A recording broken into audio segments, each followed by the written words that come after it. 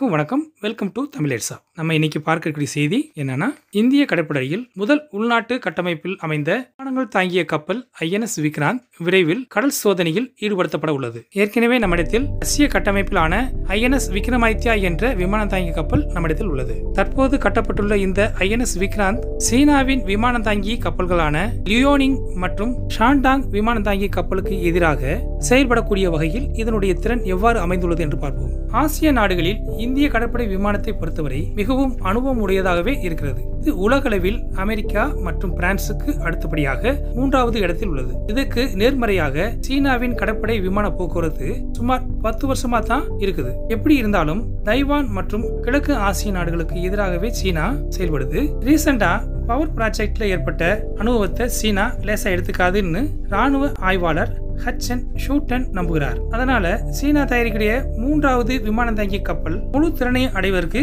இன்னும் பல ஆண்டுகள் ஆகும். இருந்தாலும் சீனா 3வதாக அமைக்கக்கூடிய கப்பலுடைய வடிவமைப்பானது அமெரிக்க கடற்படை ஜெரால்ட் ஆர் போல்ட் வகுப்பு சூப்பர் விமானம் தாங்கி கப்பலுக்கு இணையாக இருக்கும் வகையில் அமைக்கப்படும் என்று எதிர்பார்க்கப்படுகிறது. ஆனாலும் இந்திய கடற்படை விக்ராந்த் சீனாவிடம் தற்போது உள்ள லியோனிங் மற்றும் சாண்டோயிங் விமானம் தாங்கிய கப்பல்களை விட சற்று சிறியதுதான். ஆனாலும் இந்த இரண்டுக்கும் ஒத்த திறனுடையதாக இருக்கிறது என்றும் சீன விமானம் தாங்கிய கப்பலை விட தரத்தில் உயர்வானதாக இருக்கலாம் என்று ராணுவ ஆய்வாளர் 𝐸𝐴 கூறியிருக்கிறார். இந்தியா மற்றும் சீன போர் விமானங்களுடைய வளர்ச்சி ஒன்றுடன் ஒன்று ஒத்து இருந்தாலும் இந்திய விமானம் தாங்கிய கப்பல் ஒரு ஜெனரேஷன் முன்னதாகவே உள்ளது. 1999ஆம் வருடம் விக்ராந்த் வடிவமைக்க தொடங்கியது. இதன் அமைப்பு சுமார் 30 ஃபிக்ஸ் விங்ஸ் மற்றும் 10 ரோட்டரி விங்ஸ் கிராஃப்ட் எல்லாம் விக்ரமாதித்யாவிலும் உள்ளது. இந்த புதிய விக்ராந்துக்காக நியூ ஃபைட்டிங் ஜெட் இன்னும் திட்ட நிலையிலேயே உள்ளது. இருந்த போதிலும் ஆரம்ப கட்டத்தில் MiG-29K பயன்படுத்தப்படுகிறது. ஃபைட்டர்களில் FA-18E சூப்பர் கார்னட் மற்றும் டசால்ட் ரஃபேலியம் ஆகியவை அடங்கும். அதே நேரத்தில் டுவில் என்ஜின் பேஸ்ட் ஃபைட்டர் ஆகியவை ஏற்கனவே உள்ளன. MiG-29K உடன் ஒப்பிடும்போது PSA கடற்படை Su-33J-15 என்ற பெயர் மாற்றி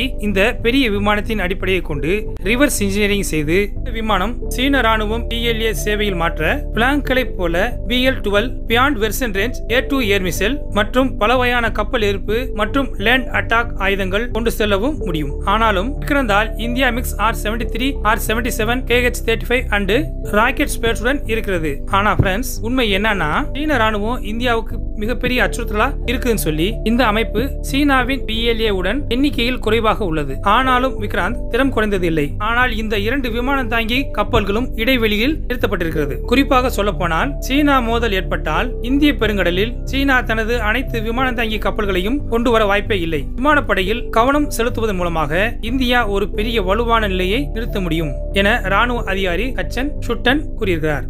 பிரிக்ஸ் மாநாட்டில் இந்தியாவின் வெளியுறவுத்துறை அமைச்சர் திரு ஜெய்சங்கர் அவர்கள் பிரிக்ஸ் நாடுகளின் கூட்டமைப்பு நாடுகளையும் சமமாக மதித்து அந்த நாடுகளின் எல்லை வரையறைக்கு மதிப்பளிக்க வேண்டும் என்று பேசியிருக்கிறார். பிரிக்ஸ் கூட்டமைப்பில் இந்தியா, சீனா, பிரேசில், ரஷ்யா, தென்னாப்பிரிக்கா ஆகிய நாடுகள் இணைந்துள்ளது. இந்த பிரிக்ஸ் மாநாட்டில் இந்தியாவின் சார்பில் இந்திய வெளியுறவுத்துறை அமைச்சர் திரு எஸ் ஜெய்சங்கர் அவர்களும், சீனாவின் சார்பில் சீனாவின் வெளியுறவுத்துறை அமைச்சர் வாங் யி அவர்களும், பிரேசில் நாட்டின் சார்பில் பிரேசிலின் வெளியுறவுத்துறை அமைச்சர் பிராங்கா அவர்களும், ரஷ்யாவின் சார்பில் ரஷ்ய வெளியுறவுத்துறை அமைச்சர் 𝐦𝐨𝐫𝐞 அவர்களும், தென்னாப்பிரிக்கா சார்பில் தென்னாப்பிரிக்காவின் வெளியுறவுத்துறை அமைச்சர் கிரேஸ் அவர்களும் கலந்து கொண்டார்கள். அதில் கொரோனா தொற்று பரவலை தடுக்க ஒற்றுமையாக செயல்படுவது என்றும் பொருளாதார மீட்சி மற்றும் ஒத்துழைப்பு பற்றி பேசிய போது, இந்தோ பசிபிக் பிராந்தியத்தில் சீனாவை எதிர்கொள்ள இந்தியா, ஆஸ்திரேலியா, ஜப்பான், அமெரிக்கா கூட்டாக அமைந்துள்ள குவாட் அமைப்பை அமெரிக்கா உறுதியாக செயல்படுத்தி வருகிறது என்று அவர்கள் கூறினார்கள். ரஷ்யாவும் குவாட் மீதான அதிருப்தியை இந்தியாவிடம் தெரிவித்தார். அமெரிக்கா சீனாவுக்கு எதிராக இந்தியாவை ஈடுபடுத்துவதோடு இந்திய ரஷ்ய உறவினை குறித்து குறைவாக மதிப்பிட்டுள்ளது என்று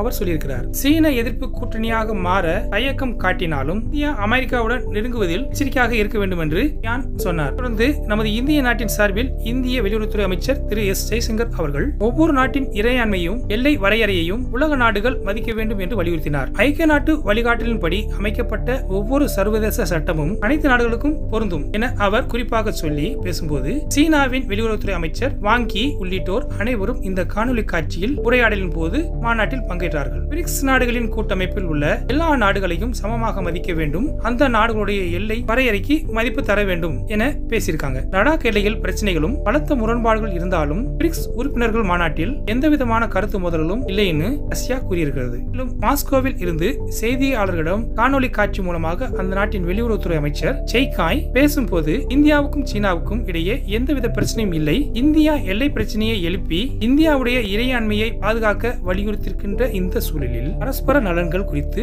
அக்கறை செலுத்த வேண்டும், அது அவசியமானது என்று சொல்லிவிட்டு ரஷ்ய தயாரிப்பான S-400 வான்வெளி ஏவுகணை தடுப்பு அமைப்பு விரைவில் இந்தியாவுக்கு வழங்கப்படும், இரு நாடுகளும் செய்து கொண்ட ஒப்பந்தத்தின்படி அனுப்பி வைக்கப்படும் எனவும் தெரிவித்தார். கொரோனா தொற்றுக்கு எதிராக போரிடும் இந்தியாவுக்கு எப்பவுமே ரஷ்யா துணையாக நிற்கும் என்று ரஷ்யாவுடைய வெளியுறவுத்துறை அமைச்சர் 𝐤𝐸𝐿 சொல்லியிருக்காங்க. நமக்கு தொல்லை கொடுக்கும் சீன ராணுவம் ஒரு உளவு ரோபோ ஒன்றை உருவாக்கி அதை பரிசோதனை செய்திருக்கிறார்கள். பொது ரோந்து நடவடிக்கைகள் தேவை அதிகமாக உள்ள நிலையில் கடற்கரை பாதுகாப்பு பிரிவின் பராமரிப்பு நிறுவனத்தின் துணைத் தளபதி 𝐤𝐸𝐿 2019 தொலைதூர கட்டுப்பாட்டு வாகனத்தை உருவாக்க நடவடிக்கை எடுத்து அனைத்து நிலப்பரப்புகளிலும் மற்றும் கடற்கரைகளிலும் உளவு நடவடிக்கை மேற்கொண்டு இந்த டேட்டாக்களை கமாண்ட் சென்டருக்கு அனுப்பக்கூடிய வகையிலும் இந்த வாகனத்தில் கேமராக்கள் பொருத்தப்பட்டு ரன் ஆன் ராப்பர் ரேக்ஸாக இயங்கக்கூடியதாகவும் 95 ஆட்டோ துப்பாக்கிகளால் அதன் கோபுரமாக ஆயுதம் ஏந்தியுள்ளதாக அளிக்கப்பட்ட இந்த ரோபோ சோதனை முடிந்தவுடன் சீன ராணுவத்தில் சேர்க்கப்படும் என்று 𝐤𝐸𝐿 கூறியிருக்கிறார். இப்படி சீனா தன்னுடைய ராணுவத்தை பலப்படுத்தும் போது இந்தியாவும் தனது ராணுவத்தை நவீனப்படுத்துவதற்காக சில முயற்சிகள் எடுத்திருக்காங்க. வாங்க அதை பார்ப்போம். 2021 ஜூன் 1 இந்திய பாதுகாப்பு அமைச்சகம் வெளியிட்ட ஒரு அறிக்கையில் 90s மற்றும் அர்ஜுன் MBTகளை வைத்துக் கொண்டு பழைய ரஷ்ய வடிவமைப்பான T-72M M1 ஆகியவற்றை மாற்றிவிட்டு 1700 ஃபியூச்சர் ரெடி கமாண்ட் வெஹிக்கிள்களை வாங்க திட்டமிட்டுள்ளது. மேலும் அதிநவீன மிக முக்கியமான ஆயுதங்களை வாங்குவதற்காக திட்டமிடப்பட்டுள்ளது. இவ்வாறு நமது இந்திய அரசு நமது ராணுவ பலத்தை பெருக்குவதற்காக பல திட்டங்களில் ஈடுபட்டுள்ளது. இப்படி சீனாக்காரன் ஆயத்தை தயாரிச்சாலும் பரவாயில்ல, புதுசா வைரஸ்களை உருவாக்கிட்டு இருக்காங்க. அது மாதிரி ஒரு நிகழ்வு சீனாவில் நடந்திருக்கு. சீனாவோட கிழக்கு பகுதியில ஜியாங்சூ மாகாணத்துல ஒரு நபருக்கு பறவைகளுக்கு மட்டுமே ஏற்படக்கூடிய பறவை காய்ச்சல் நோய் ஒரு மனிதனுக்கு தொற்றிருக்கு. அதாவது H10N3 என்ற காய்ச்சல் பரவி இருக்கு. அந்த நபருக்கு ஏப்ரல் 28ஆம் தேதியே தொற்றிருக்கு. அதை ஆய்வு செஞ்சு மே மாசம் 28ஆம் தேதி வரைக்கும், அதாவது கிட்டத்தட்ட ஒரு மாசத்துக்கு அதை ஆய்வு பண்ணி பறவை காய்ச்சல் தான் அப்படின்னு சொல்லி முடிவு பண்ணிருக்காங்க. H10N3 எனக்கூடிய பறவை காய்ச்சல் உருவாயிருக்குன்னு சொல்லி சீனாவுடைய ஹெல்த் கமிஷன் ஒரு அறிக்கை ஒன்று வெளியிட்டிருக்காங்க. ஆக்சிடென்டா மனிதனுக்கு பரவி இருக்கு. இருந்தாலும் அவரையும் அவருடைய கான்டாக்ட் இருந்த எல்லாத்தையும் குவாரண்டைன் பண்ணி ஆய்வு பண்ணதுல யாருக்கும் தொற்று இல்லைன்னு சொல்லி முடிவு பண்ணிருக்காங்க. இது அநேகமா மனிதனிலிருந்து மனிதருக்கு தாவாதுன்னு வேற சொல்லியிருக்காங்க. இருந்தாலும் கொரோனாவுடைய தொற்றையும் இது மாதிரி தான் சொன்னாங்க. மனிதருக்கு மனிதன் தாவாது, அதிகம் பாதிக்காதுன்னு சொன்னாங்க. அதனால இது உலகம் முழுவதும் ஒரு பயத்தை ஏற்படுத்தியிருக்கு. இந்த H10N3 எனக்கூடிய வைரஸ் இதோடைய தொற்று அதிகம் வேகமா பரவாதுன்னு சொல்லி வல்லுநர்கள் சொல்லியிருக்காங்க. அதனால ஒரு பெருமூச்சு கூட்டுருவோம். இப்படி சீனாக்காரன் திங்க கூட தின்னு உலகத்திற்கு மனுஷனுடைய கையெல்லாம் கழுவு வச்சு மனித உயிர்களை கொத்து கொத்தா போக வச்சுக்கிட்டு இருக்க சூழ்நிலையில இந்த H10N3 மேலும் இது மனிதருக்கு தொற்றாம மனிதருக்கு தீங்கு செய்யாம இருக்கும்னு நம்ம நம்புவோம். இதே மாதிரி செய்தியோட நாளைக்கு சந்திப்போம். நன்றி, வணக்கம். நீங்க எங்க போனாலும் முகக்கவசத்தை போட்டு போங்க. கவர்மெண்ட் சொன்ன வழிமுறைகளை நம்ம பின்பற்றி இந்த கொரோனாவிலிருந்து நம்ம ஜெயிப்போம், பாதுகாப்போம். சரி, ஓகே நம்பா. Take care, stay home, stay safe. நம்ம சேனலை சப்ஸ்கிரைப் பண்ணுங்க, லைக் பண்ணுங்க, ஷேர் பண்ணுங்க, உங்க கருத்தை கமெண்ட் பாக்ஸ்ல தெரிவிங்க.